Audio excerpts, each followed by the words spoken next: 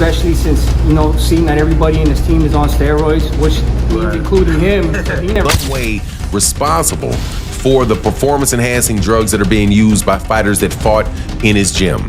Specifically, off the top of my head, you have Canelo Alvarez. Canelo Alvarez had popped for clenbuterol.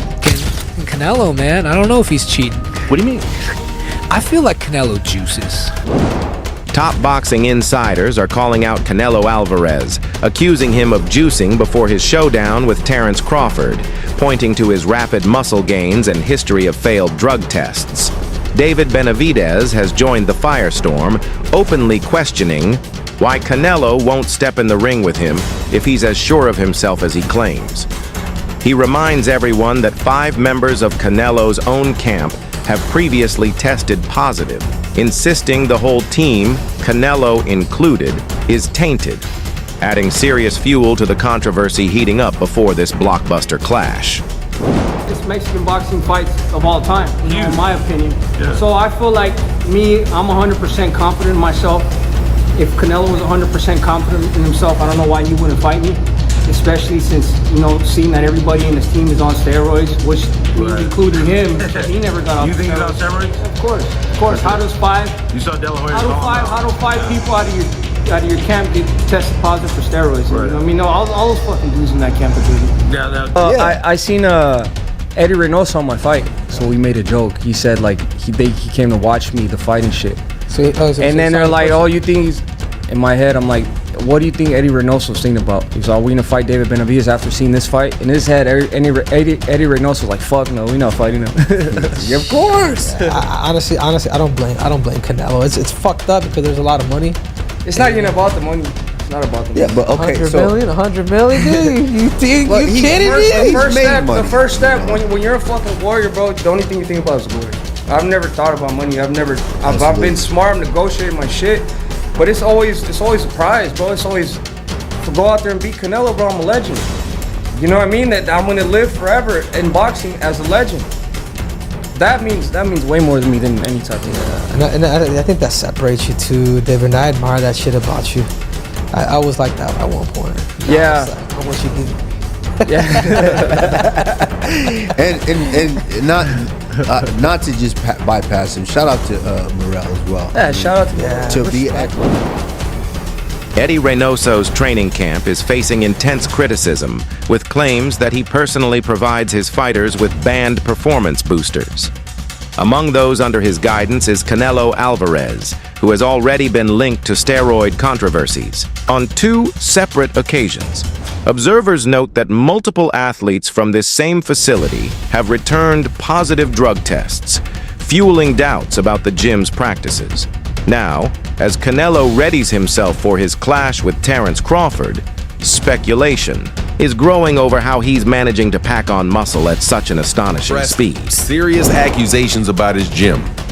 And the accusations are that people, or at least the implications are, that he is the one that is providing performance-enhancing drugs or is in some way responsible for the performance-enhancing drugs that are being used by fighters that fought in his gym. Specifically, off the top of my head, you have Canelo Alvarez. Canelo Alvarez had popped for clenbuterol 2 times. For Fahim Satur, I'll say that he did it 2 times, even though I think it was for the same fight. But Canelo Alvarez popped dirty for clenbuterol 2 times. You have Luis Nery, who had tested positive, but I think Luis Nery tested positive before he was with Eddie Reynoso. Then you have Ryan Garcia, who popped dirty after he left Eddie Reynoso and went over to Derek James. And then you have Oscar Valdez. Oscar Valdez popped dirty while he was with Eddie Reynoso, but at the time he was still allowed to fight.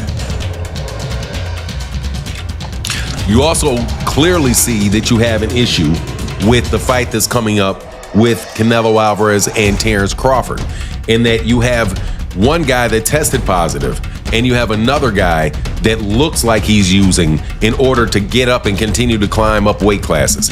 At a certain point in time, and this is something that Rolly Romero has said, certain point in time, your body just doesn't do that.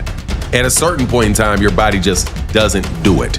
I'm 6'2", 200 and should weigh about 210. Closer to 250, but I should weigh about 210. I'm not gonna get up. If I was 210 now at 50 years old, I'm not. If by 55 years old, I'm not. The only way I'm gonna get up to 260 of muscle is if I'm juicing. Many point out that packing on a huge amount of muscle naturally past the age of 30 is no easy feat. Yet today, Canelo's frame looks noticeably more massive than in previous years. That change has sparked even more whispers, especially given the long-standing controversy surrounding Reynoso's gym. Supporters and critics are now openly questioning whether this transformation is the result of pure hard work, or if unseen enhancements are once again tipping the scales in high-profile bouts. For a 30-year-old, right? You remember, your body grows. Men's body can grow in height and length up until you're to the extreme in your 20s. By the time you're 20, your height and all that stuff is there, right? Your height and your length.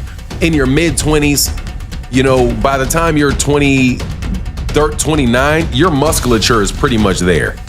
It gets harder to gain and put on muscle after 30. So Canelo Alvarez is about to fight a guy that is going to put on 20 pounds of muscle. Joe Rogan's recent take on Canelo Alvarez has ignited heated debates throughout the boxing community. Known for his deep insight into athletic performance and fight sports, Rogan noted how unusual it is for a fighter in their 30s to add size so quickly. He reminded listeners that once you hit that age, natural muscle development slows down dramatically. Yet Canelo appears to be breaking that rule entirely. To Rogan, this isn't just about raising eyebrows, it's grounded in physiology. In his view, gaining that much mass so fast without assistance isn't simply rare. It's virtually unattainable. And when someone with Rogan's influence and expertise voices such doubts, the world takes notice. Canelo, man, I don't know if he's cheating. What do you mean? I feel like Canelo juices.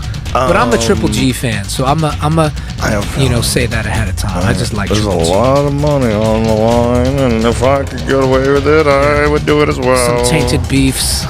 I think, well, he definitely got busted once for something, but it could have been from tainted beef.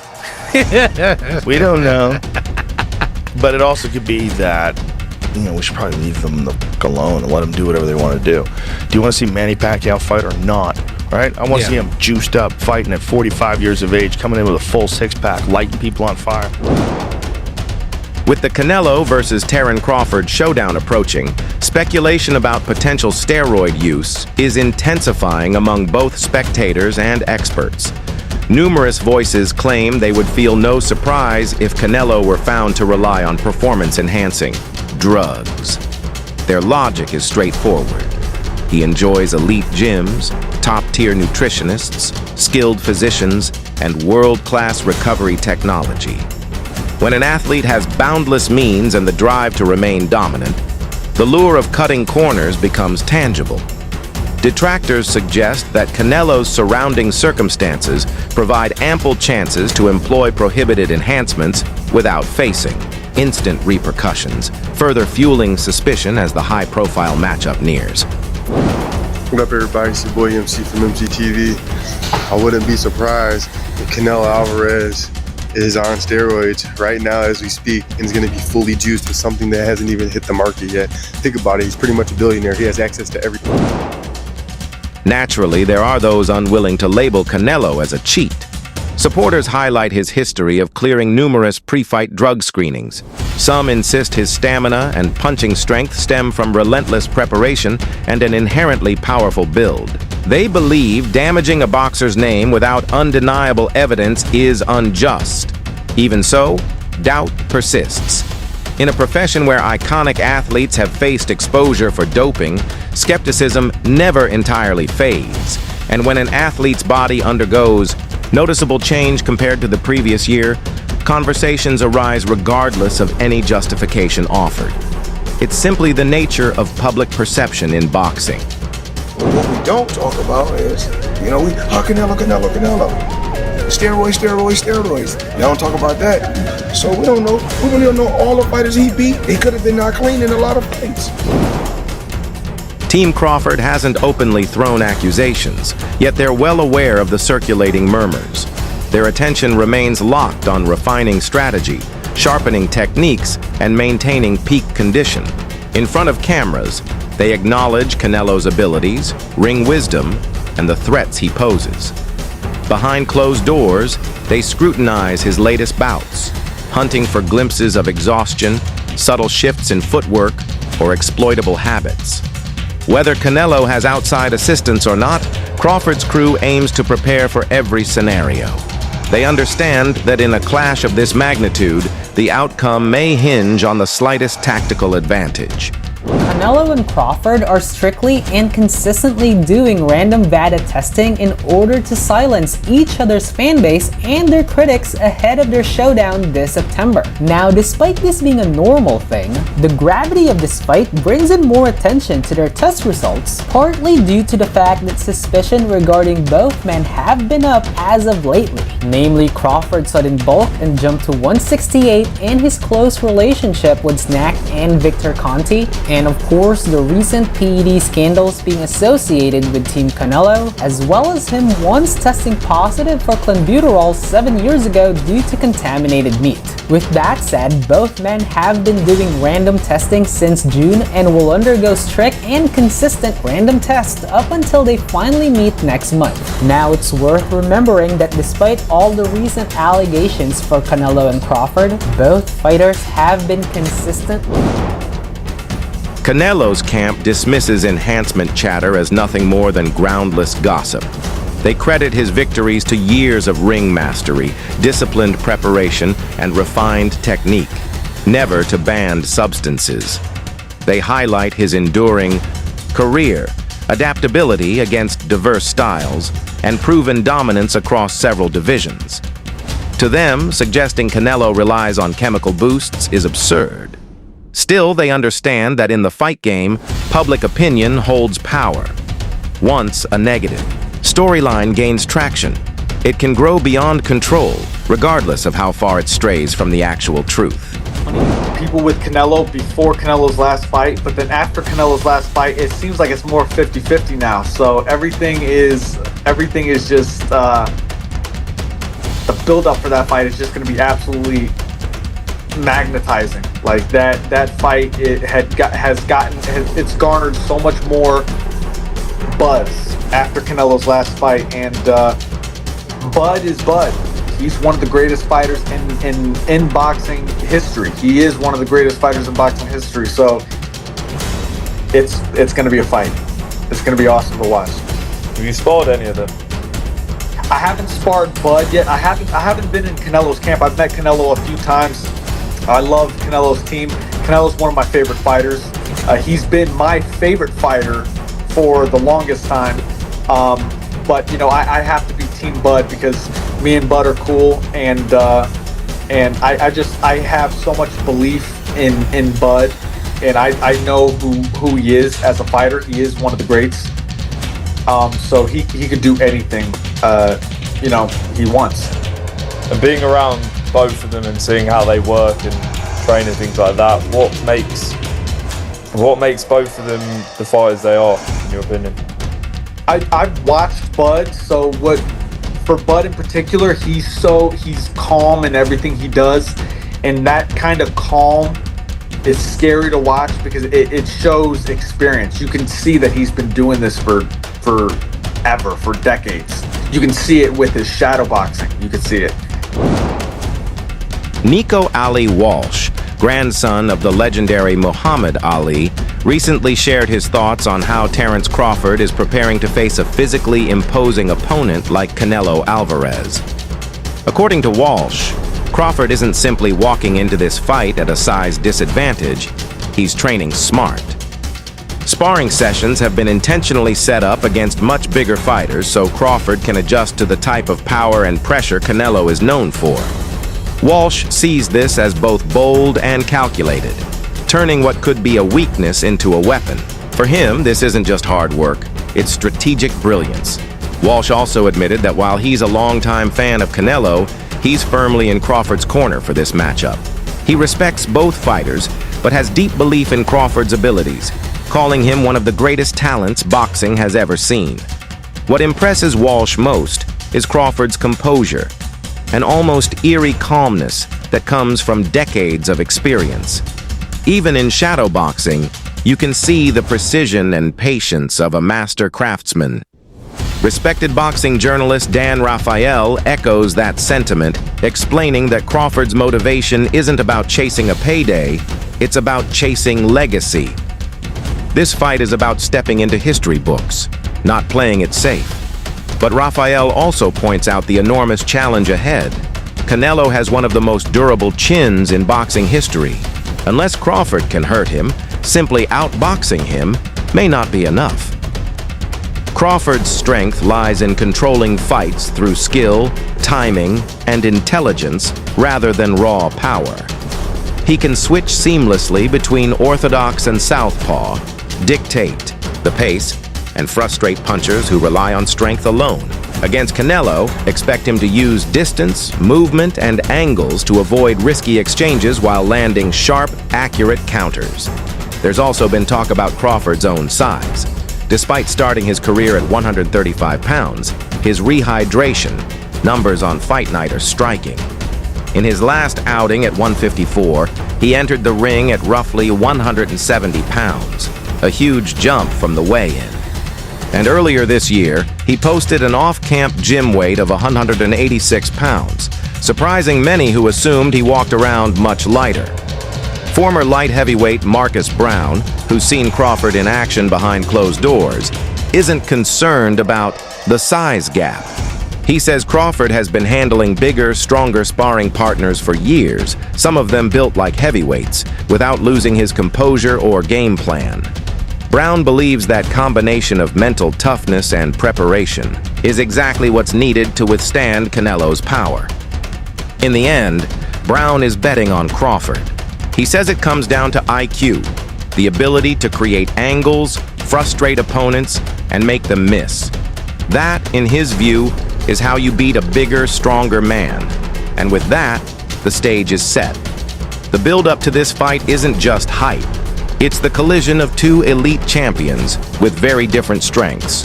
Come fight night, we'll see if skill and strategy can overcome size and power. I think Terence Crawford is a marvelous boxer, arguably the best in the world, pound for pound. But can you hurt Canelo? If you can't hurt him, I have no doubt he can outbox him. My issue is, if you can't hurt him, what kind of a challenge can you truly pose? What do you say to that? No, that's a great point. I mean, here's the thing. Canelo Alvarez has a historically great chin. Now, I go way back when he first came to the United States and started boxing, and he found himself on an HBO pay-per-view undercard years and years ago, fighting against the older brother of the great Miguel Cotto. His name was Jose Miguel Cotto, and he had gotten a ton of hype. He had signed with Golden Boy Promotions and a lot of those of us in the media. And I had seen him a couple of times before that. This is my first time seeing him in person, really paying close attention. And he almost got knocked out in the first round. And I remember Stephen A., all of us looking around at Media Row going, what the heck is this all hype about? This man can't take a shot. He's going to get drilled. He was lucky that the fight was over, that the round was over in round one, or there might have been some much more trouble. Stephen A., that was 16, 17 years ago. I've never seen him wobbled, rocked, physically, visibly hurt since then. He has an all-time great chin going in the ring with tremendous punchers. Terence Crawford coming up 2 weight classes, do any damage? Yeah, he's a slick boxer, and he's also a good puncher in the welterweight division, in the junior welterweight division, in the lightweight division. But even at junior middleweight, which is where Terence Crawford had his most recent fight back in August, when he moved up and he won a world title, he didn't blow the doors off. He fought a very tough, solid opponent named Israel Madrimov. He gave a good fight. It was very close. Madrimov's people seem to think he might have even been able to edge it out. But if you can't hurt an Israel Madrimov at 154, what the heck are you going to do with Canelo Alvarez, the sturdiest guy in the world, at 168? So that aspect of it is certainly a problem. You mentioned about Charlo. Charlo was there to get his check. I know one thing about Terence Crawford. He's not going to just come to turn up to get the check. He'll at least try. And Charlo, I don't think, really tried. Nico Ali Walsh, grandson of the legendary Muhammad Ali, recently shared his thoughts on how Terence Crawford is preparing to face a physically imposing opponent like Canelo Alvarez. According to Walsh, Crawford isn't simply walking into this fight at a size disadvantage, he's training smart. Sparring sessions have been intentionally set up against much bigger fighters so Crawford can adjust to the type of power and pressure Canelo is known for. Walsh sees this as both bold and calculated, turning what could be a weakness into a weapon. For him, this isn't just hard work, it's strategic brilliance. Walsh also admitted that while he's a longtime fan of Canelo, he's firmly in Crawford's corner for this matchup. He respects both fighters, but has deep belief in Crawford's abilities, calling him one of the greatest talents boxing has ever seen. What impresses Walsh most is Crawford's composure, an almost eerie calmness that comes from decades of experience. Even in shadow boxing, you can see the precision and patience of a master craftsman. Respected boxing journalist Dan Rafael echoes that sentiment, explaining that Crawford's motivation isn't about chasing a payday, it's about chasing legacy. This fight is about stepping into history books, not playing it safe. But Rafael also points out the enormous challenge ahead. Canelo has one of the most durable chins in boxing history. Unless Crawford can hurt him, simply outboxing him may not be enough. Crawford's strength lies in controlling fights through skill, timing, and intelligence rather than raw power. He can switch seamlessly between orthodox and southpaw, dictate the pace, and frustrate punchers who rely on strength alone. Against Canelo, expect him to use distance, movement, and angles to avoid risky exchanges while landing sharp, accurate counters. There's also been talk about Crawford's own size. Despite starting his career at 135 pounds, his rehydration, numbers on Fight Night, are striking. In his last outing at 154, he entered the ring at roughly 170 pounds, a huge jump from the weigh-in. And earlier this year, he posted an off-camp gym weight of 186 pounds, surprising many who assumed he walked around much lighter. Former light heavyweight Marcus Brown, who's seen Crawford in action behind closed doors, isn't concerned about the size gap. He says Crawford has been handling bigger, stronger sparring partners for years, some of them built like heavyweights, without losing his composure or game plan. Brown believes that combination of mental toughness and preparation is exactly what's needed to withstand Canelo's power. In the end, Brown is betting on Crawford. He says it comes down to IQ, the ability to create angles, frustrate opponents, and make them miss. That, in his view, is how you beat a bigger, stronger man. And with that, the stage is set. The build-up to this fight isn't just hype. It's the collision of two elite champions with very different strengths. Come fight night, we'll see if skill and strategy can overcome size and power.